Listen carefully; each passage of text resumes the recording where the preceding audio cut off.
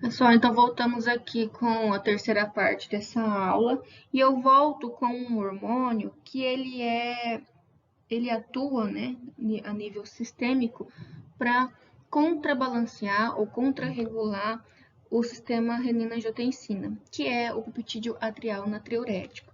Na verdade, são vários peptídeos natriuréticos que existem, né? E eles estão relacionados com essa queda da pressão arterial. Então, quando a gente tem aumento da volemia ou aumento do retorno venoso, que faz com que os átrios recebam maior volume sanguíneo, isso faz com que esses átrios eles estirem-se, estirando fibras miocárdicas especializadas que vão responder a esse estiramento secretando o peptídeo atrial natriurético. Esse peptídeo ele vai cair na corrente sanguínea e vai se ligar a receptores das células-alvo, que são receptores que ativam o sistema de segundo mensageiro do GMP cíclico. GMP cíclico, então, ativa uma proteína, que é a proteína quinase G, proteína quinase dependente de GMP cíclico, e isso vai culminar na vasodilatação. E aí, com a vasodilatação, a gente tem redução da resistência periférica, consequentemente, temos redução da pressão arterial. Além de vasodilatação, o PNA ele produz várias outras ações que vão atuar na redução da pressão arterial. Então, aqui, ó, nós temos, né, o PNA sendo secretado, né, como eu falei para vocês, quando existe um estiramento atrial, essas células miocárdicas atriais estiram e liberam o peptídeo natriurético e eles vão atuar em vários locais. Eles podem atuar no hipotálamo inibindo a secreção de vasopressina e, consequentemente, nós temos aumento da excreção de água e redução do volume sanguíneo para auxiliar na queda da pressão arterial.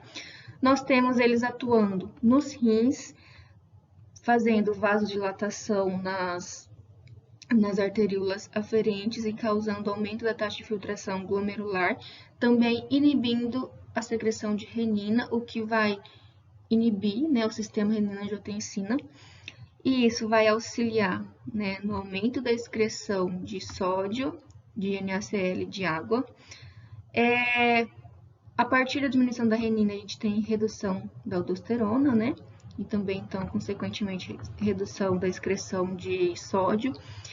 Esses peptídeos podem atuar diretamente no córtex suprarrenal, causando redução da secreção de aldosterona. Então, além de diminuir a secreção de aldosterona via renina, também pode atuar de maneira direta na glândula. E também podem atuar lá no bulbo, no centro de controle cardiovascular, para controlar as alterações cardiovasculares no sentido de reduzir a pressão arterial. Então, é um sistema que ele é muito importante para a homeostase da pressão arterial. Além do sódio, né, além do controle de sódio, nós temos também o equilíbrio do potássio. O potássio, vocês sabem que é um íon muito importante para a atividade celular de muitas células. Ele deve se manter entre 3,5 miliequivalentes por litro no plasma e, sob condições normais fisiológicas, o balanço de massas do potássio se iguala, ou seja, a excreção deve ser igual à ingestão, tá? Então, quando a gente consome potássio, esse potássio consumido deve ser excretado para evitar que haja um desequilíbrio do potássio, para evitar que haja um aumento excessivo do potássio. E o contrário também é verdadeiro. Se o consumo é reduzido, a excreção deve ser reduzida também para evitar que haja uma deficiência de potássio. Bom, então aqui, né, como eu falei para vocês, se a gente aumenta o consumo pela dieta de potássio, a excreção estiver reduzida, a quantidade no plasma aumenta e isso pode desencadear algumas alterações. Mas isso é muito difícil de acontecer, gente. Quando a gente tem aumento, e aí, né, quando a gente tem aumento do potássio, a gente tem, então, estímulo para a secreção de aldosterona, né, o segundo estímulo, né, para a secreção de aldosterona é o aumento de potássio na corrente sanguínea. Então, se a gente tem aumento da secreção de aldosterona, a gente tem aumento da excreção de potássio, e isso acarreta, então, na regularização das concentrações de potássio. Lembrando, né, que a aldosterona, ela reabsorve sódio, porém excreta potássio. E aí isso tem efeito direto essa secreção da aldosterona é um efeito direto da hipercalemia no córtex da suprarrenal. Hipercalemia é excesso de potássio no plasma. Bom, então, a maior parte do potássio corporal, ele está dentro das células, né? Então, a concentração de potássio é maior na célula do que no líquido extracelular. Se a gente aumenta a ingestão, isso pode aumentar a concentração no líquido extracelular e causar um desbalanço nessas diferenças intra e extracelular. Então, por isso que é necessário excretar. Então, a gente tem uma ingestão de cerca de 100 miliequivalentes por dia e excreta, né, cerca de 100 miliequivalentes também, onde a gente tem o equilíbrio no balanço de massas. Por que é importante esse controle fino do potássio, das concentrações plasmáticas de potássio? Porque as concentrações plasmáticas de potássio são iguais às concentrações no líquido extracelular. E se a gente aumenta as concentrações de potássio no líquido extracelular, isso causa um prejuízo na repolarização.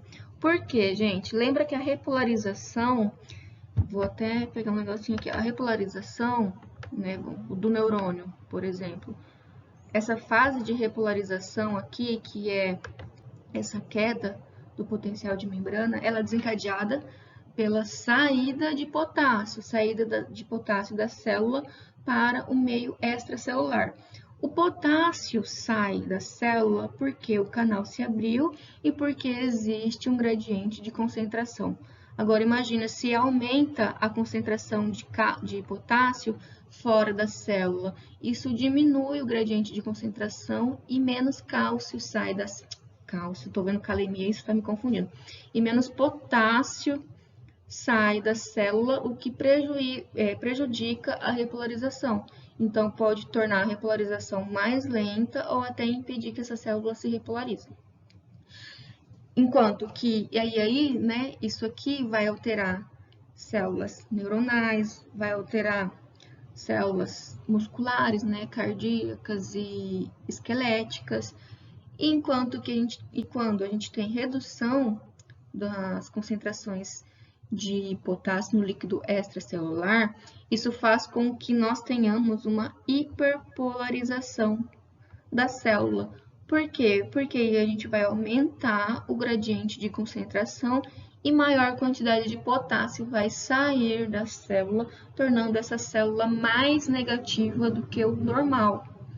Tá? Então, ao invés de delas ter esse potencial de ação aqui, né, que eu desenhei, quando ela hiperpolariza, ela fica mais negativa, tornando ela menos excitável. Então, isso pode desencadear alterações também importantes, né? E isso, né, e é por isso que as concentrações de potássio, elas devem sempre ser controladas pelo nosso organismo. Quando nós consumimos, né, quando nós nos alimentamos, e principalmente quando nós consumimos uma refeição rica em vegetais, nós estamos consumindo bastante, né, grandes quantidades de potássio. E se não houvessem esses mecanismos de regulação, das concentrações extracelulares de potássio, isso poderia ser rapidamente letal. Então, uma forma que o corpo tem de se proteger contra essa alteração no líquido extracelular é aumentando a captação de potássio nas células, então as células atuam como um reservatório de potássio, e também alterando, né, a excreção de potássio pelos rins. Aqui nessa tabela, eu coloquei para vocês fatores que interferem nas concentrações extracelulares de potássio ao aumentar ou diminuir a captação de potássio pelas células. Então, aqui, fatores que desviam o potássio para dentro das células, né? Então, reduz o potássio extracelular, são a insulina, o hormônio aldosterona, a estimulação beta-adrenérgica e a alcalose, né? Que é o processo, um aumento do pH corporal. E fatores que desviam o potássio da célula, né? Ou seja, aumenta, que desviam para fora das células, né? Que aumenta, então, a concentração extracelular, são deficiência desses hormônios que provocam, né, o desvio para dentro, a acidose, né, que é o pH reduzido, redução do pH, lise celular, né, quando a célula é rompida, e isso faz com que todo o conteúdo da célula, inclusive o potássio, saia, né, seja liberado no líquido extracelular. Exercício extenuante, porque a gente tem, durante o exercício, né, contração e relaxamento. Durante essas fases, a gente tem repolarização celular, e isso faz com que o potássio seja liberado para fora, né, durante a repolarização. Então, isso pode desencadear um aumento do potássio extracelular. E aumento da osmolaridade do líquido extracelular pode desencadear também, né, a liberação do potássio devido a essa alteração na osmolaridade. Essa imagem aqui é bem legal porque mostra pra gente o manejo renal do potássio. Então, o potássio ele é filtrado, né? Cerca de 756 miliequivalentes por dia são filtrados de potássio na cápsula de Baumann. Desse filtrado, cerca de 65% é reabsorvido no túbulo proximal, 27% na alça de Henle, 8% no túbulo distal e 4% no ducto coletor. E aí a gente tem uma excreção de aproximadamente 12%. Essa reabsorção de potássio, ela é, como que fala? Ela é constante, tá? Desculpa o delay, gente. Faz tempinho já que eu tô gravando essa aula. Bom, ela é constante. E no túbulo distal e no ducto coletor, pode existir ou reabsorção ou secreção, a depender da necessidade. Então, por exemplo, se uma pessoa tem uma ingestão alta de potássio, isso faz com que haja uma elevação nas concentrações de potássio no plasma, então o rim vai regular aumentando a excreção desse íon. De que forma? Aumentando a secreção nessas porções do néfron. Agora, se ocorre redução na ingestão de potássio e o rim precisa conservar o potássio, então aí a gente tem reabsorção nessas porções e redução da secreção para diminuir a excreção de potássio. Então, o controle da excreção de potássio, da excreção renal de potássio, se dá no túbulo distal e no ducto coletor. E a reabsorção e secreção nesses segmentos vai depender da necessidade. Então, aqui as variações diárias de excreção de potássio são causadas principalmente por alterações da secreção do potássio nos túbulos distais e coletores, que é desencadeado pelas células principais. Então, aqui, como que acontece, né? Nós temos uma célula principal, células principais, né? Lá no, que pode ser no túbulo distal ou no ducto coletor. Aqui nós temos o lúmen e aqui nós temos o líquido intersticial. Quando a célula precisa, quando ocorre, né? Quando tem aumento de potássio e que o organismo precisa aumentar a secreção para aumentar a excreção, o que ocorre é vazamento de potássio na membrana apical por canais BK, que são grandes, não é Burger King não, infelizmente, são grandes canais de potássio. E o RONC, né, que vocês já viram, que são os canais de potássio da medula externa do rim. Então, esses canais são canais de vazamento para o potássio, que retira o potássio de dentro da célula para o lúmen tubular. E o potássio entra na célula, na porção basolateral, por uma bomba só de potássio. E aí, aqui dessa forma, a gente tem secreção. Então, em condições fisiológicas normais em que a gente tem aumento de potássio devido à ingestão alimentar, por exemplo, esse potássio é secretado dessa forma.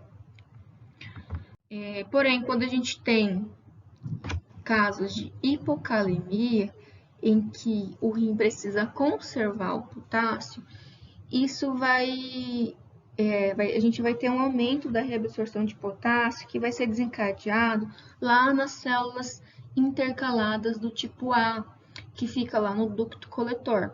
Então, essa célula, ela vai fazer com que o potássio seja bombeado para dentro da célula na membrana apical por uma bomba H+ potássio, e esse potássio vai vazar por um canal de vazamento aqui na membrana basolateral.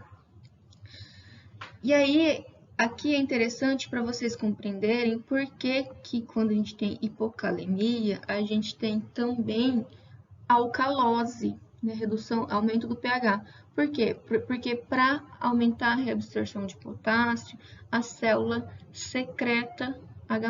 Então, isso faz com que ocorra um aumento do pH sanguíneo. Quando a gente tem a situação de hipercalemia, né, excesso de potássio no sangue, o rim precisa aumentar a excreção do potássio, né? Então, ele aumenta a excreção, aumentando a secreção. No ducto coletor, nós temos a célula intercalada tipo B, não sei se vocês lembram, mas a célula intercalada do tipo B, ela é como se fosse a célula A invertida. Então, aqui nós temos, né, bombeamento de potássio por uma bomba H+ potássio. O potássio entra na célula e é liberado por um canal de vazamento na membrana apical e assim a gente tem a secreção de potássio. Tá? Então, quando a gente tem hipocalemia, o potássio é reabsorvido na célula intercalada A, e quando a gente tem hipercalemia, o potássio é secretado na célula intercalada tipo B. Assim como nós temos aumento da secreção de H+ na hipocalemia, a gente tem aqui, nesse caso, o inverso. Com a hipercalemia, nós temos também o aumento da reabsorção de H+. Por isso que, durante uma hipercalemia, isso pode desencadear uma acidose, ou seja, uma redução do pH. Aqui nesse slide é só para vocês recordarem, né? Porque recordar é viver, que a aldosterona ela aumenta a secreção de potássio, né? Então, quando a gente tem aumento de potássio no plasma, o próprio potássio vai atuar na glândula suprarrenal, estimulando a secreção de aldosterona. A aldosterona, então, atua nas células principais do túbulo distal e se liga, né, ela atravessa a membrana dessa célula e se liga em receptores citosólicos. Esse complexo ligante-receptor vai atuar aumentando o tempo de abertura de canais de sódio e potássio que ficam na membrana apical e aumentando a atividade da bomba só de potássio. Isso vai culminar no aumento da reabsorção de sódio e no aumento da secreção de potássio. E a longo prazo, a aldosterona também provoca a tradução e síntese proteica de novos canais e novas bombas de sódio, potássio TPase, tá? Então, isso culmina, no final das contas, né, no aumento da secreção de potássio, e isso faz com que haja redução do potássio plasmático. Aqui eu coloquei essa informação aqui porque eu acho interessante, porque é algo atual. O nosso padrão alimentar, atualmente, ele está bem ruim. Por quê? Porque a gente tem deixado, né, a gente tem adotado uma dieta ocidental, que se caracteriza por uma dieta pobre em vegetais. A gente está consumindo cada vez menos arroz, feijão, legumes, em detrimento do aumento do consumo de alimentos ultraprocessados. O que são alimentos ultraprocessados? Todos esses alimentos que a gente fala, entre aspas, que são porcarias, né? Salgadinhos, bolacha recheada, sorvete, doce, etc. Aquele macarrão instantâneo. Então, a gente trocou os alimentos mais básicos, né, vegetais, por esses alimentos ultraprocessados. O que isso desencadeia para a nossa fisiologia? Faz com que nós tenhamos um consumo pobre em potássio e um consumo rico e excessivo em sódio. Então, aqui, ó, a gente, né, com esse padrão dietético, a ingestão de potássio tende a ser baixa, de 30 a 70 milimol por dia, e a nossa recomendação é de 3,5 gramas por dia. E esses alimentos ultraprocessados são riquíssimos em sódio, né? Só da gente façam esse exercício de olhar o rótulo nutricional e quanto que não tem esses alimentos processados e ultraprocessados, quanto de sódio que não tem nesses alimentos. Isso faz com que a gente aumente a ingestão de sódio, e aí a recomendação é de 5 miligramas de sal, né, NaCl, ou 2 gramas de sódio, e o nosso consumo vai muito além desses 2 gramas de sódio. E isso, né, esse combo de baixo consumo de potássio e alto consumo de sódio, ele gera um aumento no risco de desenvolver hipertensão arterial e doença cardiovascular, que são doenças que, né, doenças cardiovasculares são as doenças que mais matam no mundo, né, de doenças crônicas não transmissíveis. Então, vocês, como futuros profissionais da saúde, é interessante saberem disso, porque isso é uma das formas de se aconselhar a população e uma das formas de promover saúde e prevenir doenças, né, pensando na qualidade da alimentação. O cálcio ele deve ser regulado também e deve-se ter o balanço de massas do cálcio, ou seja, o excesso precisa ser excretado e se tiver redução, o cálcio precisa ser conservado. Porque a gente precisa das concentrações do cálcio ionizado dentro dos níveis normais para que não haja alterações na função celular, né? Vocês sabem que cálcio ionizado, o íon cálcio, ele tem diversas funções celulares, então as concentrações precisam estar adequadas. Cerca de 99% do cálcio total, né, do cálcio corporal, está armazenado nos ossos, né? Os ossos são formados de fosfato de cálcio, então a gente tem cálcio lá nos ossos. 1% do cálcio está no líquido intracelular e 0,1% está no líquido extracelular.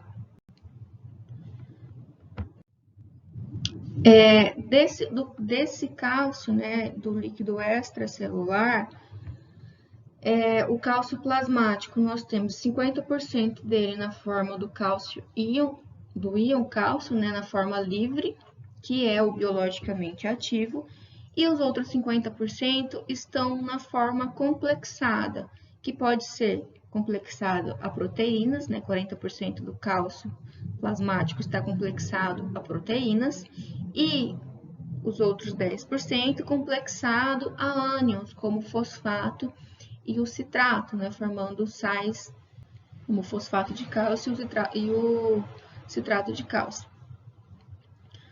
Lembrando que somente o cálcio ionizado e livre, né, que tem função biológica. Como nós temos que 40% do cálcio plasmático está ligado a proteínas, e lembrando que proteínas não são filtradas lá no glomérulo, então isso quer dizer que 60% do cálcio plasmático consegue ser filtrado, tá? Porque 40% está ligado à proteína e a proteína ela não é filtrada. Bom, desses 60% filtrado, 99% é reabsorvido pelos túbulos. Então, a gente tem excreção apenas de 1% do total de cálcio filtrado. Então, 65% é reabsorvido no túbulo proximal, de 25% a 30% na alça de Henle e de 4% a 9% nos túbulos distais e coletores. A regulação do cálcio, gente, se dá basicamente por regulação hormonal, tá? Então, quando a gente tem queda do cálcio, isso faz com que haja o aumento da secreção de um hormônio denominado de paratormônio. O paratormônio, ele é liberado pela paratireoide, tá? Que é uma glândula, e ele vai estimular a ativação da vitamina D, que vai aumentar a reabsorção intestinal de cálcio, diminuindo assim a excreção de cálcio pelas fezes. O paratormônio também vai aumentar a reabsorção de cálcio, aumentando então a conservação de cálcio pelos rins, né, diminuindo a excreção renal de cálcio. E o paratormônio aumenta a reabsorção óssea. O que significa isso? Ele aumenta a liberação de cálcio pelos ossos, aumentando, então, consequentemente, os níveis de cálcio livre no plasma, tá? E, né, como a gente está falando de sistema renal, hoje, né, o que importa pra gente é isso aqui, reabsorção renal de cálcio, influenciada pelo paratormônio. Bom, então, parte daqueles 60% de cálcio filtrado, ele vai ser reabsorvido aqui no túbulo proximal. Essa imagem é do túbulo, de células do túbulo proximal. Como que ocorre, então, a reabsorção nesse segmento? A maior parte do cálcio que é reabsorvido aqui, ela se dá de forma paracelular. Então, o cálcio, ele passa junto, né, com água aqui, pelo gradiente de concentração, nos espaços entre uma célula e outra. Então, é paracelular. Pequena parte da reabsorção de cálcio, porém, se dá pela via transcelular, né, em que o cálcio precisa entrar na célula tubular, na membrana apical e depois sair pela membrana basolateral.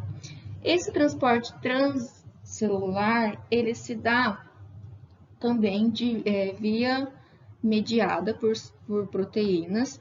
Na membrana apical é um transporte passivo em que existem canais de cálcio que permite a passagem do cálcio a favor do seu gradiente eletroquímico. Por que existe um gradiente eletroquímico? Primeiro, as concentrações de cálcio no lúmen tubular é maior do que a concentração intracelular. Segundo, o meio intracelular é mais negativo do que o meio extracelular. Então, existe essa força, né, do gradiente eletroquímico a favor da entrada do cálcio. O cálcio sai da célula na membrana basolateral por um trocador de sódio, né, em que o cálcio sai da célula e o sódio entra, ou por uma bomba ATPase aqui. E aí, ele é reabsorvido no túbulo proximal. Na alça de Henle, a reabsorção de cálcio está estrita no segmento da alça ascendente, nessa porção espessa, tá?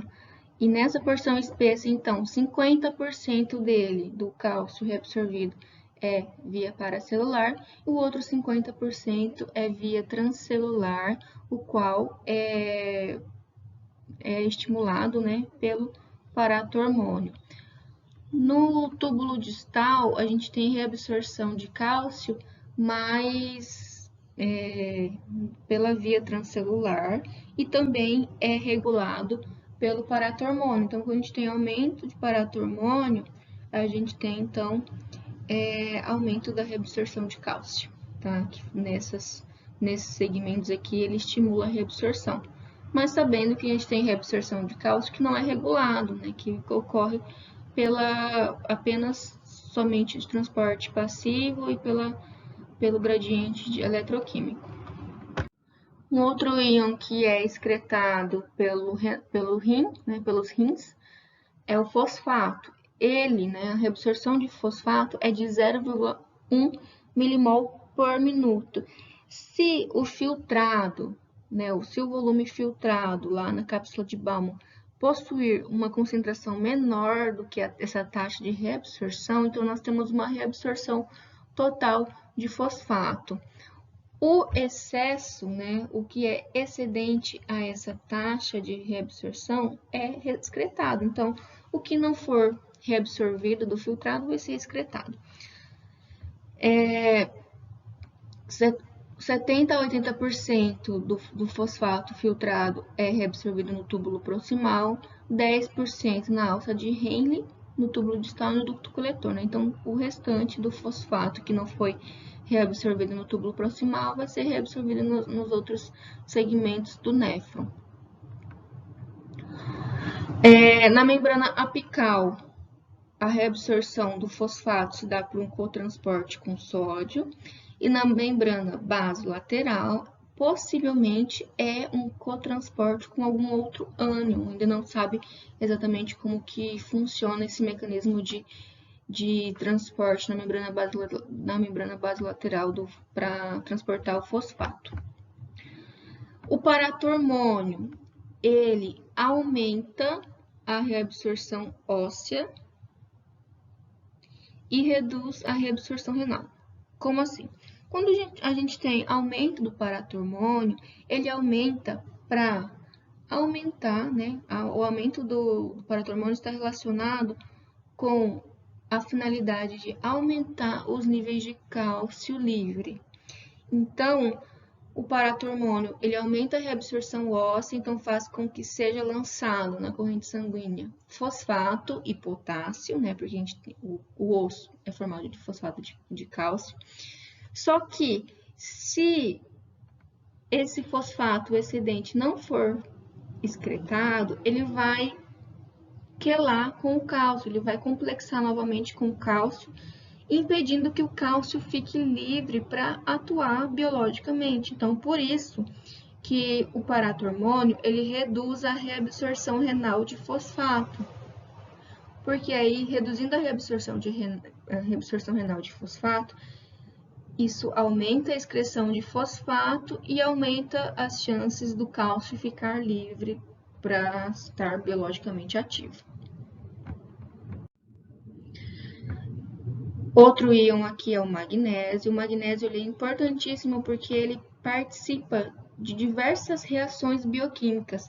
Para vocês terem noção, toda reação de fosforilação, ela necessita de magnésio, né? Além de outras reações bioquímicas também necessitarem de magnésio. Então, o magnésio ele está envolvido ali no metabolismo celular.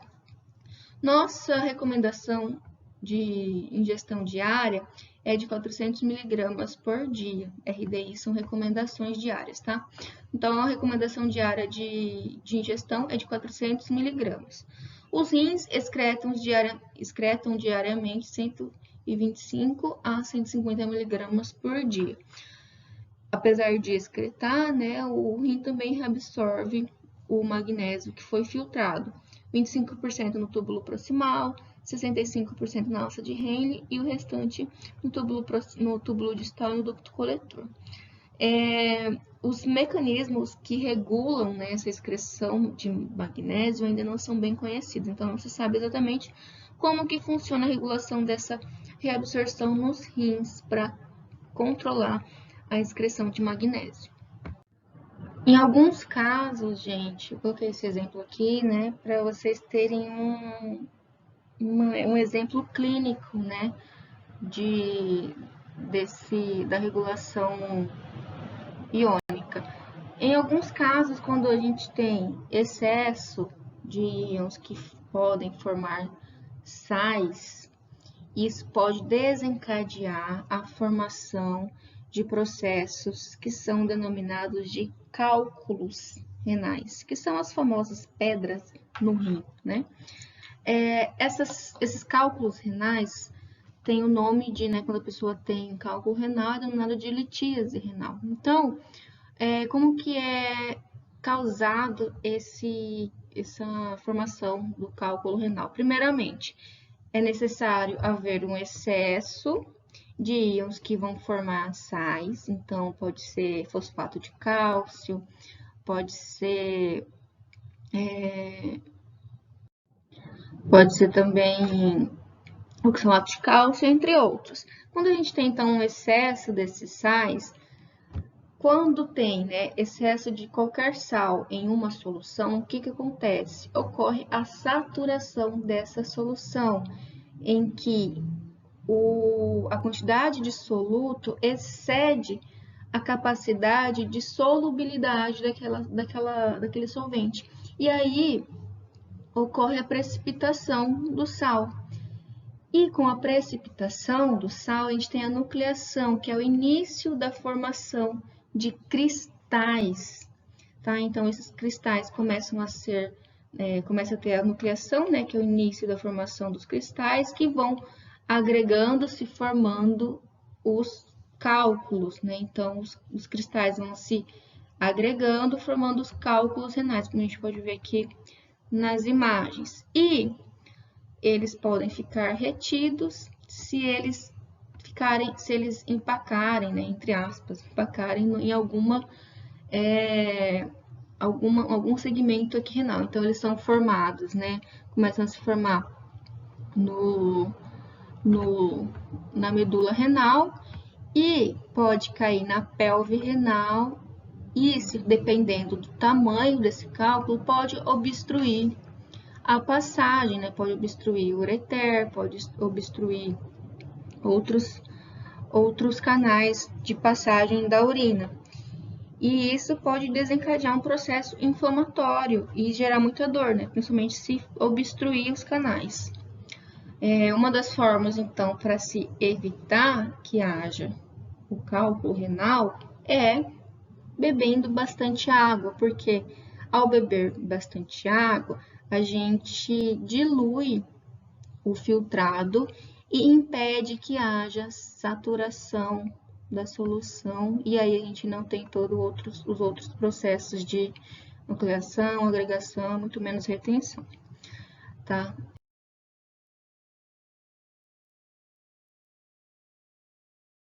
A nível de curiosidade, eu coloquei aqui para vocês os principais tipos de cálculos renais que são encontrados, né, em pacientes que têm litíase renal. Bom, nós temos os principais, né, que é de 70% a 80% dos casos, os sais de cálcio, que pode ser oxalato de cálcio, que é a grande maioria, ou a misturado a outros sais, como fosfato de cálcio.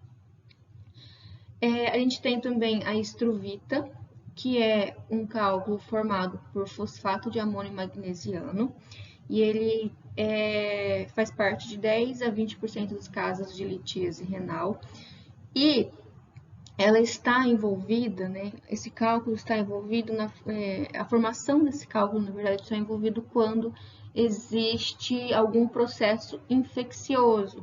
Existem algumas bactérias que produzem uma enzima denominada de urease. O que essa enzima faz? Ela degrada a ureia liberando amônio.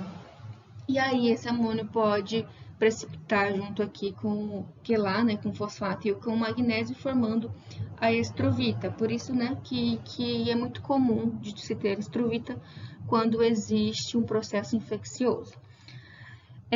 O ácido úrico, quando elevado, também pode precipitar e formar cálculos, né? Cerca de 5 a 10% dos casos de litíase renal são devido ao aumento do ácido úrico no plasma. Pode se dar por mecanismos congênitos, né? A pessoa já nasce com uma predisposição a ter uma elevação do ácido úrico, pode ser por mecanismos adquiridos ou mecanismos idiopáticos. Pessoal, a partir de agora, nós entraríamos numa discussão sobre a regulação do volume e da osmolaridade corporal, regulação renal. Só que esses dois mecanismos homeostáticos, eles interferem diretamente na pressão arterial. Então, como a aula de amanhã será voltada para os mecanismos compensatórios da pressão arterial, né, mecanismos da regulação renal, eu achei melhor juntar essa parte de regulação do volume corporal e osmolaridade junto com a regulação da pressão arterial. Então, nós vamos retomar diversos conteúdos que a gente falou até o momento para focar nesses mecanismos compensatórios, que são mecanismos extremamente integrados com vários mecanismos que a gente viu até agora, tá? Então, são a integração de vários mecanismos que vai culminar na homeostasia do volume corporal, da osmolaridade e da pressão arterial. Então, a gente fica por aqui por hoje. Obrigada pela atenção e até a próxima aula.